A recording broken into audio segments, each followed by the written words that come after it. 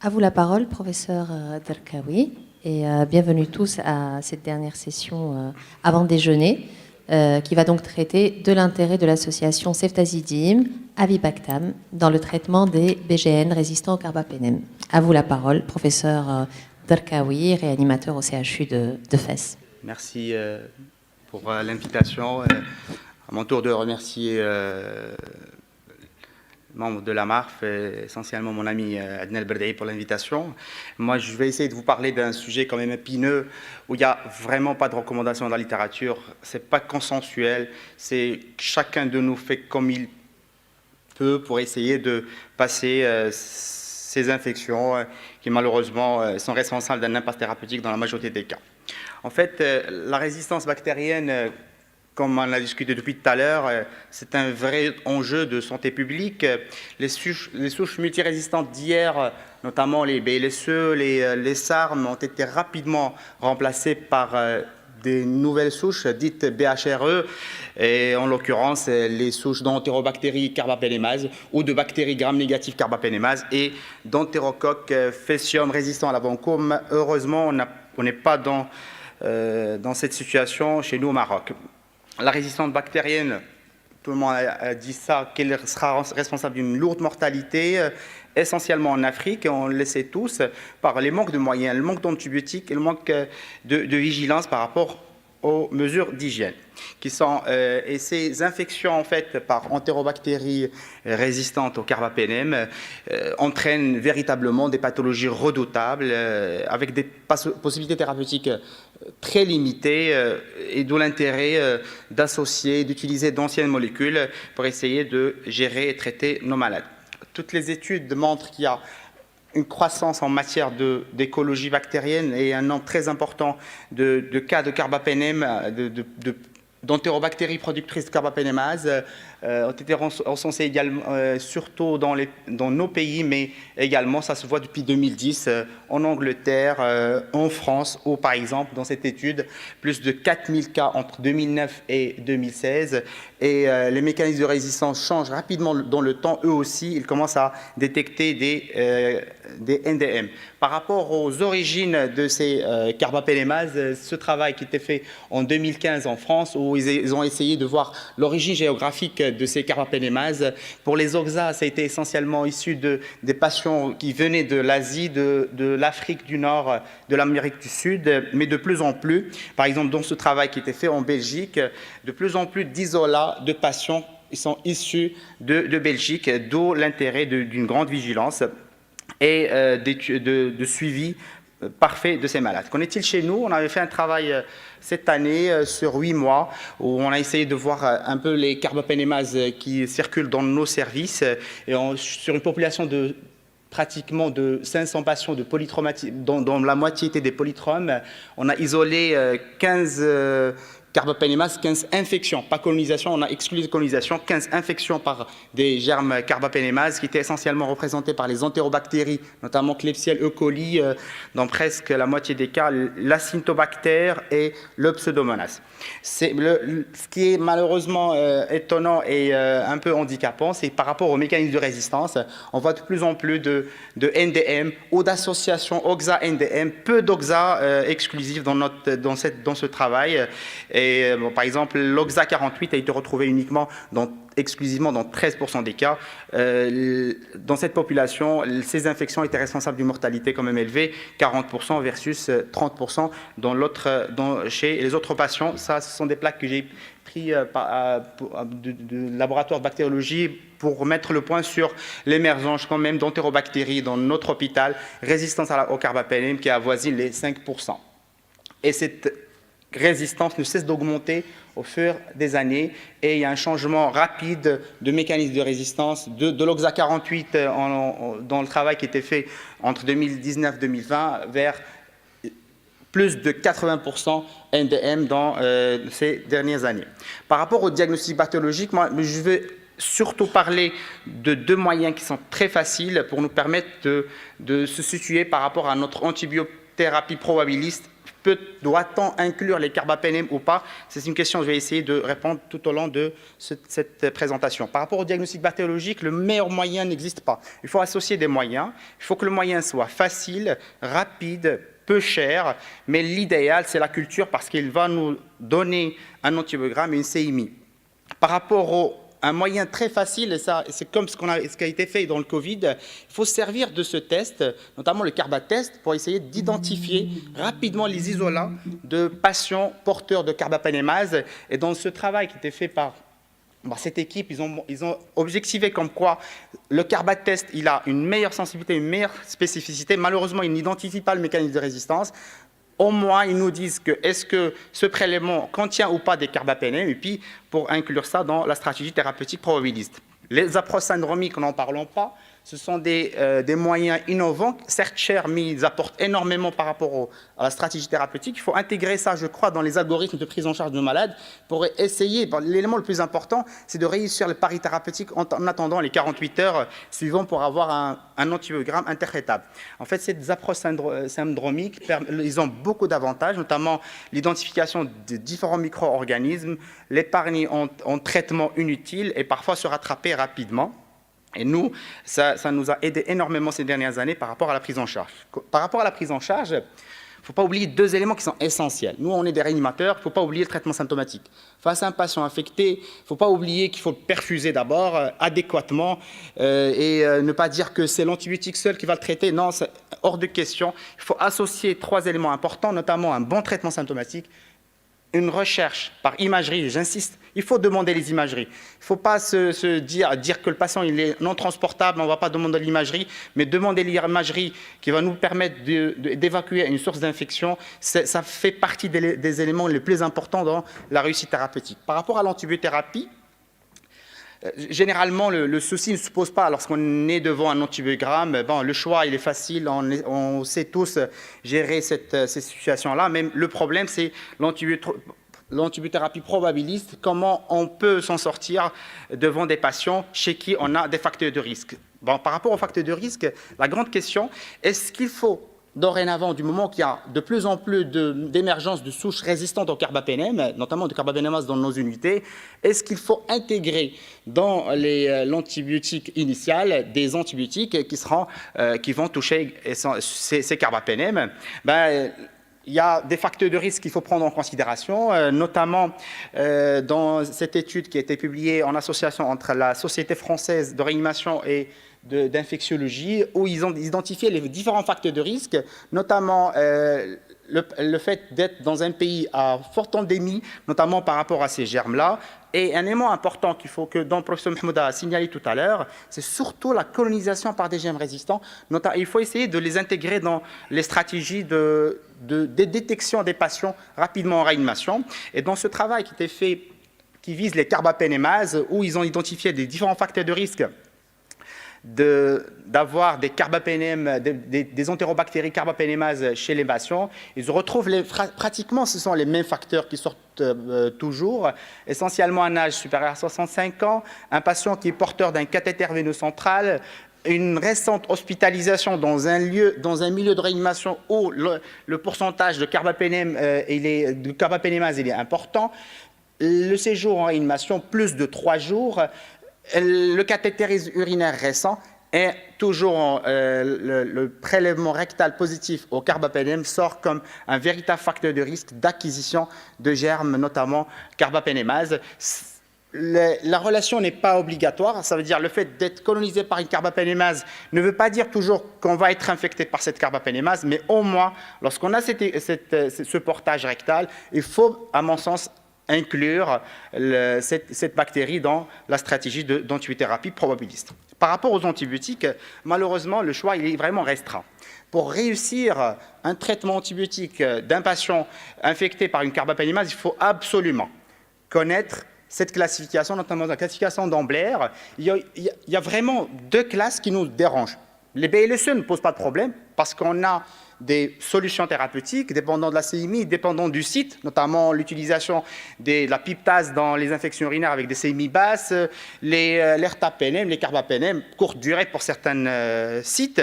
Mais pour les deux classes, notamment la classe A, où il y a les KPC, la classe B, où il y a les métallobétalactamases, la classe D, où il y a les OXA48, le choix thérapeutique il est vraiment restreint, d'où l'intérêt de certaines nouvelles molécules qu'on doit utiliser avec beaucoup de précautions. Donc, par rapport au choix thérapeutique, on va essayer d'énumérer les différentes classes thérapeutiques qui peuvent nous rendre service face à ces molécules-là. Par rapport au carbapénème, c'est vraiment illusoire de penser que face à une bactérie qui a un mécanisme de résistance, notamment de carbapénémase, utiliser les carbapénèmes peut être absurde, mais pour certains patients, pour certains sites, notamment urinaires, avec des CIMI inférieurs à 4, les carbapénèmes peuvent être utilisés avec beaucoup d'efficacité. Et tous les protocoles incluant les carbapénèmes dans le choix thérapeutique de ces patients-là, ils ont montré une bonne réussite thérapeutique. Par rapport à la double traitement, notamment par carbapénème, c'est vraiment inquiétant par rapport à son impact écologique, mais parfois on est obligé. Quand est-ce qu'il faut utiliser l'association ertapénème-carbapénème? La littérature elle a vraiment mis le point sur deux situations, surtout lorsqu'on a une résistance à la colistine. Deuxièmement, lorsque le CIMI des carbapénèmes est élevé, à ce moment-là, le fait d'associer l'ertapénème avec méropénème à forte dose peut être une alternative thérapeutique et ce travail a montré une efficacité de la bithérapie par rapport à la monothérapie. Par rapport à la colistine, pour répondre à la remarque tout à l'heure qui était par rapport à l'usage de la colistine dans ces infections, ce travail qui a inclus plus de 400 patients porteurs de bactéries gram-négatives, ils n'ont pas inclus uniquement les entérobactéries, ils ont inclus toutes les bactéries gram-négatives productrices de carbapénémase. C'est la même chose, utiliser la colistine toute seule ou utiliser une colistine plus méropénème donne les mêmes choses. Et dans ce travail, ils ont montré qu'il y a un peu plus d'infections urinaires, par exemple d'insuffisance rénale, lorsqu'on a une association avec une intolérance digestive plus importante. Par rapport à la colistine, je rejoins ce qui a été dit par le professeur Mahmoud. Je crois, on dit toujours qu'il faut préserver les carbapénèmes, mais à mon sens, il faut préserver la colistine. Il ne faut pas l'utiliser dans des situations où on a des choix thérapeutiques par rapport il faut la restreindre, à mon sens, à la phase terminale, où on est devant la 4e infection pulmonaire, devant un patient qui a uniquement la syntobactère, avec une charge bactérienne très importante. À ce moment-là, si on grille la colistine au début, je ne sais pas avec quoi on va traiter notre patient. Par rapport à la tigecycline, qui est une molécule très intéressante dans ces infections-là, beaucoup de travaux ils l'ont montré, soit en monothérapie, soit en bithérapie. Et on va voir qu'il y a un intérêt à la bithérapie dans ces infections graves. Ils insistent à ce que la tigecycline soit donnée dans ces infections graves à forte dose. Il y a des protocoles même qui décrivent 200 mg 2 fois par jour. Ce sont des doses qui sont très importantes. Il faut faire attention à la surveillance hématologique de ces patients-là lorsqu'ils sont exposés à une dose aussi importante de tigecycline. On peut l'utiliser comme une vraie stratégie d'épargne au carbapénème, mais tous les travaux qui ont montré un succès clinique de la tigecycline, c'est essentiellement en bithérapie, mais à très forte dose. Par rapport aux aminosides, ce sont d'excellents médicaments. Ils permettent d'augmenter l'efficacité thérapeutique et tous les protocoles, incluant les aminosides dans le traitement de ces infections-là, ont montré une efficacité thérapeutique. Par exemple, dans ce travail où ils ont comparé 3 bras, un bras où ils ont mis un traitement qui n'est pas optimal par rapport, ils l'ont comparé avec un bras où le traitement était optimal, n'associant pas les aminosides par rapport à un traitement optimal associant les aminosides, ils ont montré qu'il y a une meilleure efficacité lorsqu'on utilise les aminosides, mais il faut faire très attention. Associer l'aminoside avec de la colistine serait très dangereux, exposer malade à une nécrose tubulaire très rapidement installée, d'où l'intérêt de ne pas associer l'aminoside avec la colistine face à ces infections-là. Par rapport à l'association d'antibiotiques, tout le monde est partisan de la monothérapie pour éviter en fait l'émergence de sources résistantes, mais lorsqu'on compare un protocole incluant une monothérapie, même efficace par rapport à la bithérapie, soit associant imipenem, soit associant aminoside, il y a une meilleure efficacité de la bithérapie par rapport à la monothérapie. Qu'en est-il par rapport à cette nouvelle molécule, notamment l'association ceftazidime à avibactam? On a 3 éléments, 3 grandes indications qui étaient discutées dans la littérature, on va le discuter tout à l'heure, soit ils ont été commercialisés pour agir contre le Pseudomonas multirésistant. Pour les carbapénémases notamment, lorsque le mécanisme de résistance est essentiellement l'OXA48 ou le KPC, mais dans le KPC, il faut obligatoirement qu'il ne soit pas utilisé en monothérapie. Et également, ce sont des molécules qui peuvent être intéressantes si on est dans une stratégie d'épargne de carbapénème, même si vraiment c'est très controversé dans la littérature. J'attire votre attention sur le fait que l'avibactam, malheureusement, n'agit pas sur les NDM. Donc, obligatoirement, il faut que notre laboratoire nous dise le mécanisme de résistance pour que le choix de ces molécules soit le plus judicieux possible. Donc, la Société britannique de chimiothérapie anti-infectieuse a émis en 2018 des recommandations par rapport à l'utilisation de cette molécule. Et il faut la réserver essentiellement pour les carbapénémases OXA48, en bithérapie pour les patients qui sont infectés par des carbapénémases KPC. Et également, ils peuvent être utilisés comme dans une stratégie d'épargne de carbapénème. Et bien sûr, ils insistent que ce sont des molécules qui n'agissent pas sur les NDM. Par rapport au spectre, c'est un spectre qui est large, mais malheureusement, ça ne touche pas, par exemple, ça touche les BLSE, ça touche les AMPC, les KPC, les OXA48, mais malheureusement, ça ne touche pas les NDM. On a vu que les NDM commencent à devenir plus prédominantes chez nous. C'est un excellent médicament pour le Pseudomonas multirésistant. Ça ne touche pas l'acintobactère comparativement à d'autres molécules qui peuvent avoir un spectre. J'espère qu'un jour, on les aura chez nous pour essayer de calmer l'utilisation de la colistine qui va devenir quand même inquiétante si on a l'émergence de souches résistantes comme ce qui se passe en Inde ou dans d'autres pays. Donc, l'utilisation de la Zavicefta, notamment dans l'AMM, était donnée essentiellement dans les infections intra-abdominales, les infections urinaires, mais surtout dans les infections intrapulmonaires compliquées, notamment les VAP, qui peuvent, avec une efficacité thérapeutique très, très importante, à un régime thérapeutique de 2 grammes par 8 heures, et surtout sur une perfusion prolongée de supérieure à 2 heures. Dans ce travail qui a essayé de comparer dans une population de patients, c'est vrai que les échantillons étaient trop restreints et ils ont essayé de voir est-ce que l'apport de cette association ceftazidime-avibactam dans les différents protocoles thérapeutiques, est-ce qu'il ajoute quelque chose? En fait, dans ce travail où ils ont comparé essentiellement des bactériémies, des pneumonies, ils ont retrouvé comme quoi le fait d'ajouter cette molécule aux autres protos utilisés, par exemple, au méropénème, à la micacine, à la phosphomycine ou en monothérapie, ça sort comme quoi c'est un facteur protecteur indépendant de réussite du traitement et de protection par rapport à la mortalité.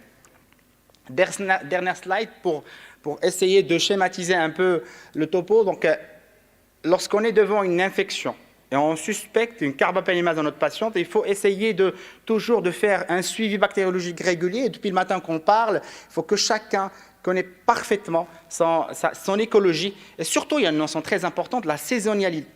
C'est saisonnier. On a l'impression qu'on n'a pas toujours les mêmes infections durant toute l'année. Parfois, on a plus de pseudo, parfois, on a plus de carbapénémase, parfois, on a plus de BLSE. Et ce suivi régulier est très important, d'où l'intérêt d'une très bonne collaboration avec le laboratoire de microbiologie.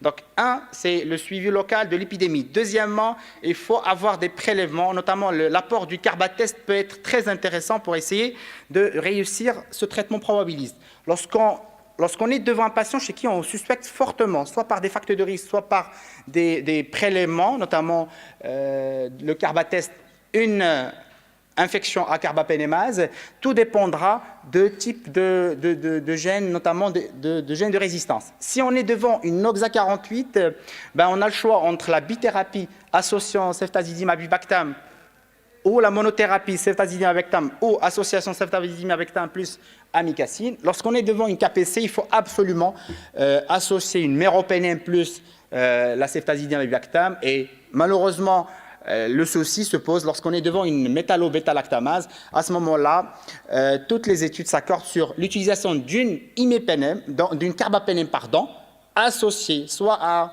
la tigecycline, soit à la colistine, soit à la trithérapie associant colistine, méropénème, amikacine pour avoir une réussite thérapeutique.